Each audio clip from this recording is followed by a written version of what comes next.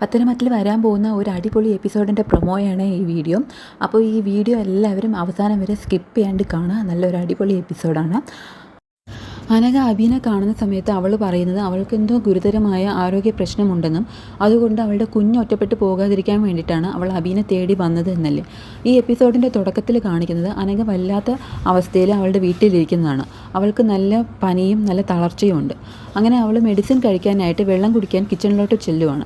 അവിടെ വെച്ച് മെഡിസിൻ കഴിച്ചിട്ട് അവൾ തിരിഞ്ഞ് നടക്കാൻ തുടങ്ങുമ്പോഴത്തേക്കും അവൾക്ക് നല്ലതുപോലെ തല ചുറ്റുന്നുണ്ട്. അത് സാരമാക്കാതെ അവൾ മുന്നോട്ട് നടക്കുമ്പോഴത്തേക്കും അവൾക്ക് പെട്ടെന്ന് തന്നെ ശരീരം കുഴഞ്ഞിട്ട് അവൾ അവിടെ തന്നെ വീഴുവാണ്. അങ്ങനെ ആ സീന് കട്ട് ചെയ്തിട്ട് അടുത്ത സീനിൽ കാണിക്കുന്നത് അനഘ ഹോസ്പിറ്റലിലേക്ക് എത്തുന്നതാണ്. ഡോക്ടർ അവളെ ചെക്കപ്പൊക്കെ നടത്തിയിട്ട് പറയുവാണ്, അനഘ ഇനി വെച്ച് താമസിക്കാൻ പറ്റില്ല, തൻ്റെ ബോഡി ഇപ്പോൾ വളരെ വീക്കാണ്, ഇനിയും മെഡിസിന് മാത്രം കൊണ്ട് പ്രയോജനമില്ല, താൻ ഇപ്പം തന്നെ ഹോസ്പിറ്റലിൽ അഡ്മിറ്റ് ആവണം, ബാക്കിയുള്ള പ്രൊസീജിയേഴ്സ് കൂടി നമുക്ക് ഫോളോ ചെയ്യാം. പിന്നെ അനഘയ്ക്ക് ആരെങ്കിലും സപ്പോർട്ടീവായിട്ട് വേണമെങ്കിൽ അനഘ അവരെ വിവരം അറിയിച്ചേക്ക് എന്ന് പറയും.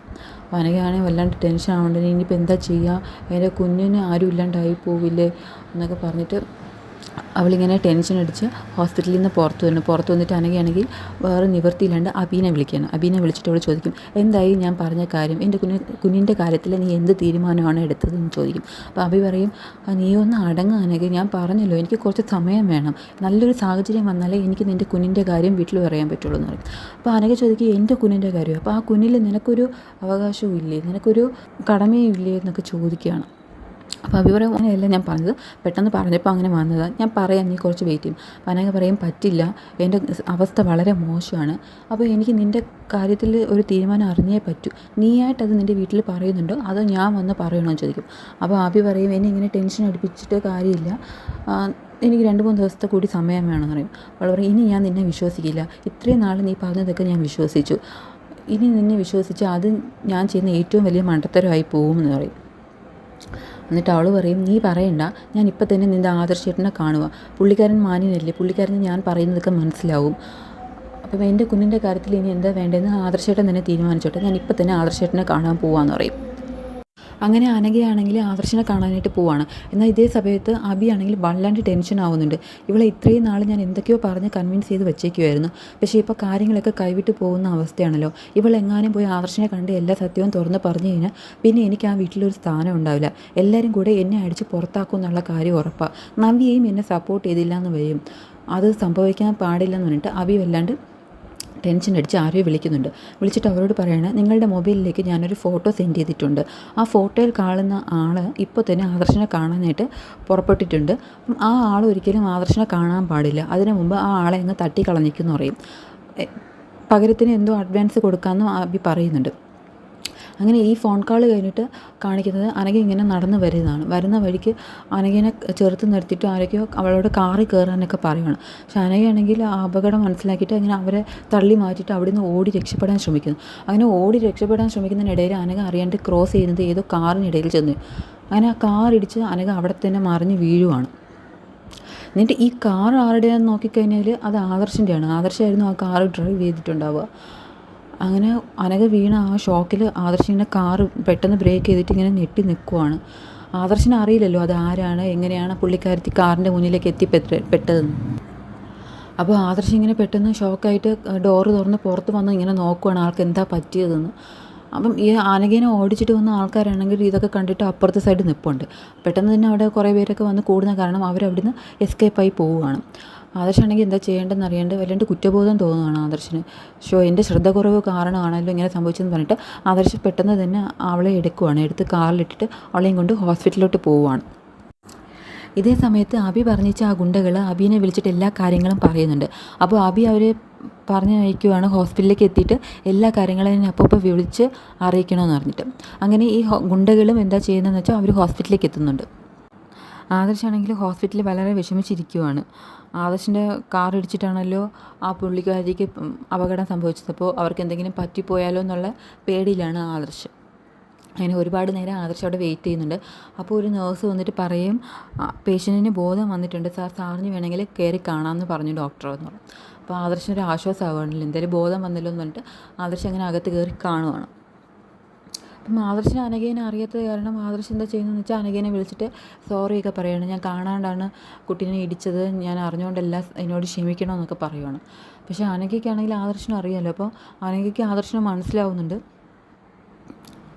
അനഘയാണെങ്കിൽ സോറി പറഞ്ഞിട്ട് പോകാൻ നിൽക്കുന്ന ആദർശിൻ്റെ കൈ ഇങ്ങനെ പിടിച്ചിട്ട് അനഘയ്ക്ക് ഒട്ടും സംസാരിക്കാൻ വയ്യ. എന്നാലും അനഘ പറയുവാണ്, നിങ്ങൾക്ക് എന്നെ അറിയില്ല, പക്ഷേ എനിക്ക് നിങ്ങളെ അറിയാം, ഞാൻ നിങ്ങളെ കാണാൻ വേണ്ടിയിട്ടാണ് വന്നത് എന്നൊക്കെ പറയുകയാണ്. അപ്പം ആദർശ് ഇങ്ങനെ ഷോക്കാവണം. എന്നെ കാണാൻ നിങ്ങൾ എന്തിനാണ് വരുന്നത്, അല്ല നിങ്ങളാരാ, നിങ്ങൾക്ക് എങ്ങനെ എന്നെ അറിയാമെന്നൊക്കെ ചോദിക്കുകയാണ്. അപ്പോൾ അവളിങ്ങനെ നടന്ന കാര്യങ്ങളൊക്കെ പറയും. എൻ്റെ പേര് അനഘയാണ്, അഭിയുമായിട്ടുണ്ടായ ബന്ധവും അവളുടെ കുഞ്ഞിൻ്റെ കാര്യവും അവൾക്ക് എങ്ങനെയാണ് അപകടം സംഭവിച്ചതെന്നൊക്കെ അവളിങ്ങനെ പറയുവാണ്. ഇതൊക്കെ കേട്ടിട്ട് ആദർശനാണെങ്കിൽ കിളി പോയ മട്ട. അവന് ഇതൊക്കെ വിശ്വസിക്കണോ അതോ അവിശ്വസിക്കണോ, എന്താ ചെയ്യേണ്ടതെന്നറിയില്ല. അബിയുടെ കാര്യമായതുകൊണ്ട് തികച്ച് തള്ളിക്കളയാനും പറ്റില്ല. അങ്ങനെ ആദർശ് എന്താ ചെയ്യേണ്ടതെന്ന് അറിയാണ്ട് ഇങ്ങനെ മിഴിച്ച് നിൽക്കുവാണ്. കുറേ നേരം നിന്നിട്ട് ആദർശ് ചോദിക്കും, നിങ്ങൾ ഈ പറഞ്ഞതൊക്കെ സത്യമാണോ, ഞാൻ ഇതൊക്കെ എങ്ങനെ വിശ്വസിക്കുമെന്ന് ചോദിക്കും. അപ്പം അവൾ കുഞ്ഞിൻ്റെ ഡീറ്റെയിൽസൊക്കെ കൊടുക്കും, കുഞ്ഞ് എവിടെയുണ്ടെന്നൊക്കെ പറയും. എനിക്ക് ഇക്കാര്യത്തിൽ ഒരു കള്ളവും പറയേണ്ടതില്ല, എനിക്കിങ്ങനെ ഒരു അപകടം സംഭവിച്ചില്ലായിരുന്നെങ്കിൽ ഞാൻ മരിക്കുമായിരുന്നു, ആ അവസ്ഥയിലാണ് ഞാനെന്നൊക്കെ പറഞ്ഞിട്ട് അവൾ എല്ലാ കാര്യങ്ങളും ഇങ്ങനെ പറയുവാണ്. വേണമെങ്കിൽ ചെന്ന് അന്വേഷിച്ച് മനസ്സിലാക്കാനൊക്കെ പറയുവാണ്. അപ്പോൾ ആദർശിന് ചില ഉറപ്പൊക്കെ വരുന്നുണ്ട്. കാരണം അബിയുടെ സ്വഭാവം വളരെ നല്ലതൊന്നും അല്ലല്ലോ. അങ്ങനെ ആദർശ് എന്താ ചെയ്യേണ്ടതെന്നറിയാണ്ട് നിൽക്കുമ്പോൾ അനഘ സത്യം ചെയ്ത് തരാൻ പറയുന്നുണ്ട്. എൻ്റെ കുഞ്ഞിനെ നിങ്ങൾ അനാഥമാക്കരുത്, നിങ്ങൾക്ക് എവിടെ വേണമെങ്കിലും ചെന്ന് അന്വേഷിക്കാം, എനിക്കതിലൊരു എതിർപ്പില്ല, ഞാൻ ജീവിച്ചിരിക്കുന്ന എനിക്കൊരു പ്രതീക്ഷയില്ല, ദയവേത് എൻ്റെ കുഞ്ഞിനെ ഒറ്റപ്പെടുത്തരുത് എന്നൊക്കെ പറഞ്ഞിട്ട് കുഞ്ഞിനെ നിങ്ങൾ കൊണ്ടുപോയിക്കോളാം, കുഞ്ഞിൻ്റെ കാര്യങ്ങളെല്ലാം നിങ്ങൾ ശ്രദ്ധിച്ചോളാം, എനിക്ക് സത്യം ചെയ്ത് തരണം. എനിക്ക് തന്ന സത്യം പാലിക്കാൻ സാധിച്ചില്ല, പക്ഷേ നിങ്ങൾ അങ്ങനെയല്ലല്ലോ, എനിക്ക് ആദർശേട്ടന് വിശ്വാസമാണ്, അതുകൊണ്ട് എനിക്ക് സത്യം ചെയ്ത് തരണമെന്ന് പറയും. ആദർശിന് എന്ത് ചെയ്യാൻ പറ്റും, ആ സാഹചര്യത്തിൽ ഒരാൾ സത്യം ചെയ്ത് തരാൻ പറയുമ്പോൾ ആദർശിന് അത് എതിർക്കാൻ പറ്റില്ലല്ലോ. അതുകൊണ്ട് ആദർശ് സത്യം ചെയ്ത് കൊടുക്കും. കുഞ്ഞിനെ ചെന്ന് ഞാൻ കണ്ടോളാം, ഞാൻ കുഞ്ഞിനെയും കൂട്ടിയിട്ട് അനന്തപുരിയിലേക്ക് എത്തി എല്ലാവരോടും എല്ലാ കാര്യങ്ങളും പറയാം, കുഞ്ഞിൻ്റെ എല്ലാ കാര്യങ്ങളും ഞാൻ നോക്കിക്കൊള്ളാം എന്ന് സത്യം ചെയ്ത് കൊടുക്കണം. സത്യം ചെയ്ത് കൊടുത്തിട്ട് ആദർശ് ഇങ്ങനെ കൈ എടുക്കുമ്പോഴത്തേക്കും അനഘയ്ക്കാണെങ്കിൽ വയ്യായിക വല്ലാണ്ടാവും. അങ്ങനെ അനഘ അവിടെ തന്നെ മരിക്കുന്നുണ്ട്. അപ്പം അനഘ മരിച്ച വിവരം ഡോക്ടർ ആദർശമായിട്ട് സംസാരിക്കുന്നതൊക്കെ ഈ ഗുണ്ടകൾ കേൾക്കുന്നുണ്ട്. അപ്പോൾ ഈ ഗുണ്ടകൾ അബീനെ വിളിച്ചിട്ട് പറയും, സാർ ഒട്ടും പേടിക്കണ്ട, അനഘ മരിച്ചു, ഇനി അവളുടെ ശല്യം സാറിനുണ്ടാവില്ല, ഞങ്ങളുടെ ദൗത്യം ഞങ്ങൾ പൂർത്തിയാക്കി എന്ന് പറയും. അബിയാണെങ്കിൽ ഇത് കേട്ടിട്ട് വല്ലാണ്ട് ഹാപ്പി ആവുകയാണ്. അങ്ങനെ ഒരു ശല്യം എൻ്റെ തലയിൽ നിന്ന് ഒഴിഞ്ഞ് കിട്ടിയെന്ന് പറഞ്ഞിട്ട്. ആദർശ് അങ്ങനെ കുറേ നേരം ഹോസ്പിറ്റലിൽ തന്നെ വിഷമിച്ചിരിക്കും. അങ്ങനെ വിഷമിച്ചിരിക്കുന്ന ആദർശാണെങ്കിൽ ഒരു തീരുമാനം എടുക്കുകയാണ്, എന്തായാലും ഈ കാര്യത്തിൽ ഒരു ഉറപ്പുണ്ടാവണം, അവൾ പറഞ്ഞതൊക്കെ സത്യമാണോ എന്ന് അന്വേഷിച്ചറിയണം, അതിന് മുമ്പ് ആ കുഞ്ഞിനെ കണ്ടെത്തിയേ പറ്റുള്ളൂ എന്ന് പറഞ്ഞിട്ട് ആദർശ് ഹോസ്പിറ്റലിൽ നിന്ന് ഇറങ്ങിയിട്ട് ആ കുഞ്ഞിനെ കാണാൻ പോവുകയാണ്. അങ്ങനെ പറഞ്ഞ സ്ഥലത്തെത്തിയിട്ട് ആദർശ് ആ കുഞ്ഞിനെ കാണുന്നുണ്ട്. കാണുമ്പോൾ തന്നെ ആദർശനാണെങ്കിൽ ആ കുഞ്ഞിനോട് സ്നേഹവും അനുകമ്പയും ഒക്കെ തോന്നുന്നുണ്ട്. അങ്ങനെ അനഘയുടെ ഫ്രണ്ടിനോട് എല്ലാ കാര്യങ്ങളും ആദർശ് പറയുന്നുണ്ട്. അങ്ങനെ തുറന്ന് പറഞ്ഞിട്ട് അനഘയുടെ എല്ലാ ചടങ്ങും എല്ലാം പൂർത്തിയാക്കിയതിന് ശേഷം ഫ്രണ്ടിനോട് പറഞ്ഞിട്ട് ആ കുഞ്ഞിനെയും കൂട്ടിക്കൊണ്ട് ആദർശ് അനന്തപുരിയിലേക്ക് എത്തുവാണ്. അനന്തപുരിയിലേക്ക് എത്തുമ്പോഴാണെങ്കിൽ അവിടെ എല്ലാവർക്കും ഷോക്കാണ്. ആദർശ് പെട്ടെന്ന് ഇങ്ങനെ ഒരു കുഞ്ഞിനെയും കൂടി കൊണ്ടുവരുമ്പോഴത്തേക്കും അവിടെ ആർക്കും അത് പെട്ടെന്ന് ഉൾക്കൊള്ളാൻ പറ്റില്ലല്ലോ. അവിടെ എല്ലാവരും ആദർശിനോട് മാറി മാറി ചോദിക്കുന്നുണ്ട്, ആരുടെയാണ് ഈ കുഞ്ഞ്, നീ എന്താ ഈ കുഞ്ഞുമായിട്ട് ഇങ്ങോട്ട് വന്നത്, ഇതിനു മുമ്പ് നീ കുഞ്ഞിനെ കുറിച്ചൊന്നും പറഞ്ഞിട്ടില്ലല്ലോ, എന്താ കാര്യം, എന്താ പറ്റിയെന്നൊക്കെ ചോദിക്കുന്നുണ്ട്. പക്ഷേ ആദർശിന് ഒന്നിനും ആരോടും ഒരു മറുപടിയില്ല.